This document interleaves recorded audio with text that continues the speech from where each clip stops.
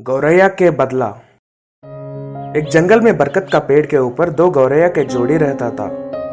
उन दोनों ने उस पेड़ के ऊपर एक अच्छी से घोंसला भी बनाया।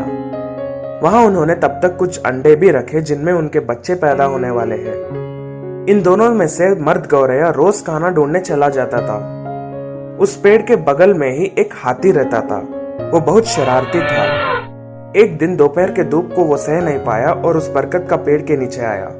उस गर्मी की वजह से उसको बहुत गुस्सा आया और गुस्से से उस पेड़ के डाली जिसमें वहां अंडे थे उसको जोर से खींचा। उससे जो गौरैया उड़ गया वो, हे भगवान, ये क्या कर दिया, मेरे अंडे, मेरे अंडे। ऐसा उस गौरैया बहुत रोया और वो पूरा डाली गिर गया। उसके साथ साथ अंडे भी टूट गए। जो बच्चे बनने वाले थे वो मर गए। ये सोचकर गौरैया बहुत दुखी हुआ। हाथी बिना नीचे देखे उस अंडे को कुचलकर वहां से चला गया। थोड़ी देर बाद जब मर्द गौरैया घर आया, उसने उसको अपना पूरा दुख भरी कहानी बताया और उसने बताया कि उस हाथी को सबक सिखाना पड़ेगा। लेकिन मर्द गौरैया ने कहा कि इतना बड़ा जानवर को हम कैसे सबक सिखा सकते हैं। थोड़ी देर बाद उनके दोस्त सारस वहां पर आया। दोस्त, क्या रो रहे हो? क्या हुआ? उस दुष्ट हाथी ने मेरे बच्चों को मार दिया। अगर तुम मेरा सच्चा दोस्त होता तो हमको हाथी को सबक सिखाने का मार्ग दिखाओ। ऐसा उस स्त्री गौरैया ने पूछा। सारस उसको थोड़ी देर शांत कराया और बताया कि उसको एक मक्खी पता है और वो उस हाथी को सबक सिखाने के लिए अच्छा तरीका बताएगा। तुरंत ही दोनों मिलकर मक्खी को मदद मांगने के लिए अपना सफर शुरू किया। वो दोनों मक्खी के पास जाकर, ये गौरैया मेरा दोस्त है। एक दुष्ट हाथी ने इसके बच्चों को मार दिया।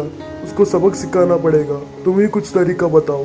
मैं एक मेंढक को जानता हूँ, वो बहुत चतुर है, वो हमको जरूर तरीका बताएगा। ऐसा उस मक्खी ने कहा। सब मिलकर उस मेंढक के पास गए और पूरा कहानी बताया। तब मेंढक ने ऐसा कहा, अगर हम सब मिलकर उसका सामना करेंगे तो वह हाथी क्या कर सकता है? मक्खी दोस्त, दोपहर को जब धूप उसके सर पर होगा तब तो जाकर उसके कानों के पास अपने अच्छे से आवाज सुनाना, और जब वो हाथी अपने आंख बंद करेगा तब सारस जाकर उसको अपने चोंच से प्रहार करेगा। तभी उसको कुछ भी नहीं दिखेगा और उसको प्यास लगेगा और पानी के लिए ढूंढेगा। मैं कीचड़ के पास जाकर चिल्लाना शुरू करूंगा, तब वो पानी है सोचकर वहां आएगा और वहां आते ही वो उस कीचड़ में फंस जाएगा। ऐसे ही सब लोग अगले दिन तरीकों को सही तरह से अपनाया और तरीके के अनुसार वो हाथी कीचड़ में फंस गया। इस तरह गौरैया ने अपने दोस्तों की सहायता से हाथी को अच्छे से सबक सिखाया। इस कहानी का नीति ये है कि सामने वाला जितना भी ताकतवर हो उसको चतुराई से जीत सकते हैं। बाज और कौवे की कहानी। एक जंगल में नदी के किनारे एक बड़ा बरगद का पेड़ था। उस पेड़ पे कौवे की जोड़ी रहते थे। उनमें स्त्री कौवा तो धीमे स्वभाव की थी, पर पुरुष कौवा तो बहुत मूर्ख था।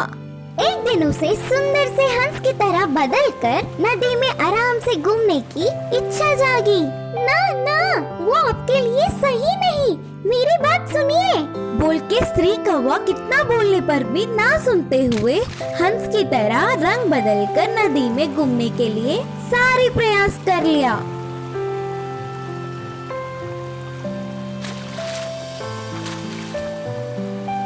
सुंदर सा हंस बदलना नहीं तो आखिर में चूजा बनकर उनके सामने मजाक बन गया।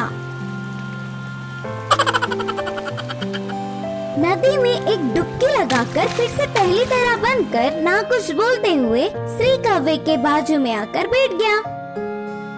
ऐसे कुछ समय बीत गया। उन कौवे के रहने वाले प्रांत के पास के पर्वत पे एक बाज ने निवास तैयार किया। वह उधर से उड़ते हुए आकर उस प्रांत में बहुत देर घूम रहा था। कितने भी दूर होने पर भी स्पष्ट से देखने वाले आँख तोहफे में पाने वाला बाज ऊपर से ही उसके निशाने को देख तेजी से उठकर आके उसे ले गया।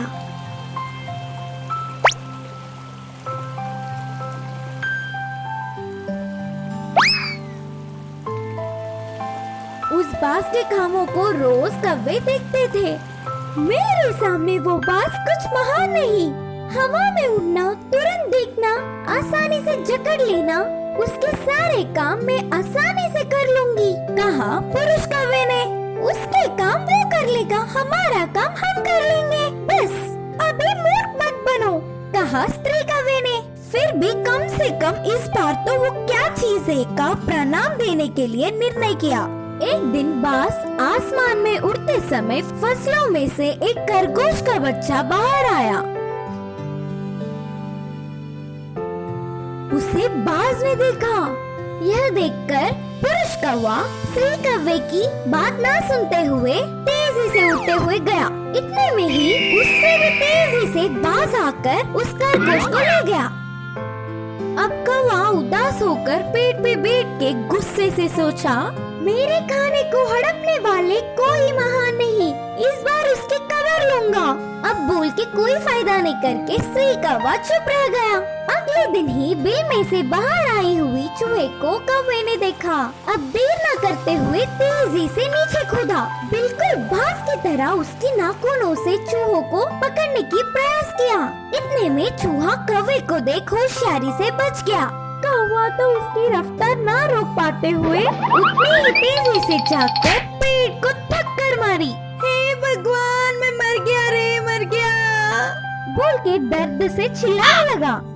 तभी वहाँ बाज आकर, शिकार करना उतना आसान नहीं, अब से मेरी तरह करने का प्रयास मत करना, यह तुम्हारे सेहत के लिए ठीक नहीं। इस कहानी से हम यह सीखते हैं कि हमें कभी भी किसी की नकल नहीं करना चाहिए, बल्कि ईश्वर की दी हुई सामर्थ्यों से खुश रहना चाहिए।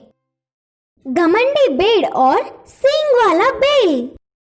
एक जंगल में एक भेड़ रहता था। वो बहुत घमंडी था। उसके जैसे मजबूत शरीर, सूखे सींग किसी दूसरे जानवर को नहीं होंगे करके उसका भ्रम था। वो एक गुफा में निवास करता था। उस गुफा के पास किसी को भी आने नहीं देता था। अगर कोई आया भी तो उसे अपने सींगों से डराता था। एक दिन उस जंगल में घास खाने एक बैल आया। अकेले ही घास खा रहे उस बैल को दूर से एक शेर ने देखा और तुरंत शेर से बचने के लिए वो बैल भाग निकला। उसको भगा रहे शेर के पंजे में कहीं आ ना जाए करके अपने प्राणों को बचाते हुए बैल जंगल में कुछ माइलों दूर भागा।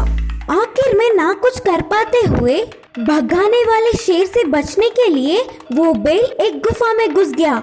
वो गुफा तो घमंडी भेड़ का निवास था। गुफा में घुसी हुई बैल को देख भेड़ गुस्से से इसे कहा कि ओए, इधर क्यों आए? पहले इधर से बाहर जाओगे कि नहीं?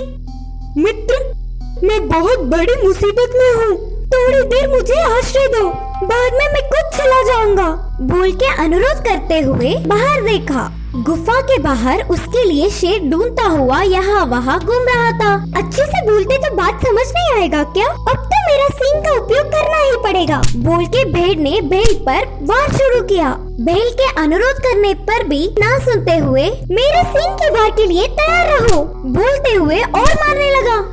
तब तक भाग भाग के थकने वाला बैल भेड़ के उछलने पर उसके हरकतों पर कुछ देर धीरज रखा, पर शेर उधर से चले जाने के बाद उसकी असली ताकत भेड़ को दिखाया।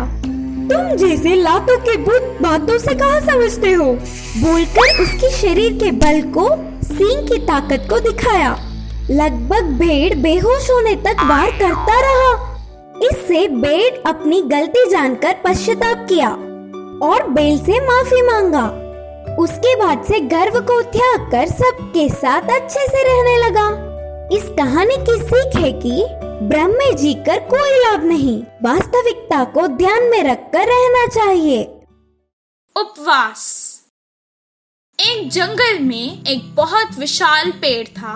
उस पर एक बंदर रहा करता था और उस पेड़ के नीचे एक चींटी ने अपना घर बनाकर वहाँ रहती थी। एक दिन वो चींटी एक अनाज का दाना उठाकर वापस घर आ रही थी। वो दाना उससे भी बड़ा था।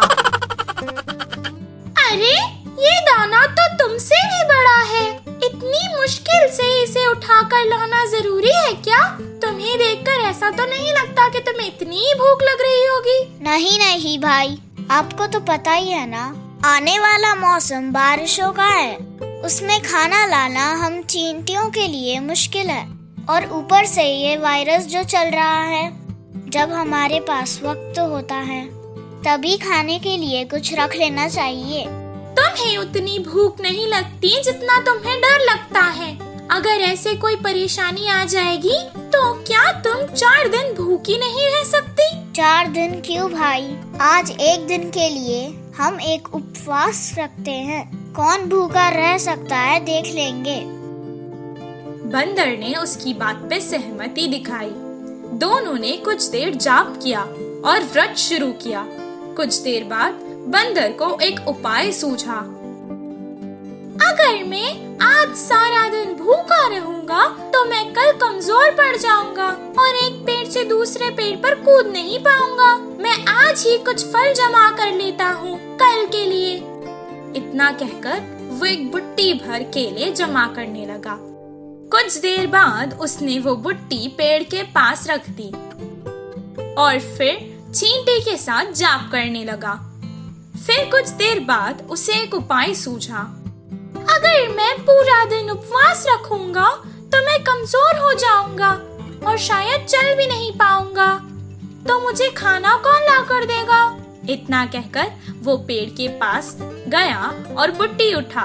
बुट्टी अपने पास लाकर रख लिया। फिर कुछ देर बाद उसे एक उपाय सूझा। अगर मैं इतना कमजोर हो गया कि एक केला भी छील नहीं पाया तो कौन छिलेगा मेरे लिए? इतना कहकर वो एक केला अपने मुंह में पकड़कर जाप करने लगा। फिर उसे एक उपाय सूझा। आज भी खाना है, कल भी खाना है। ये सोचकर उसने सारे केले एक एक करके खा लिए और उसका पेट भर गया। फिर वो सो गया, पर चींटी अपना जाप करती रही। इस कहानी से हमें ये शिक्षा मिलती है कि बातें करना आसान है, पर उस पर अमल करना बहुत मुश्किल।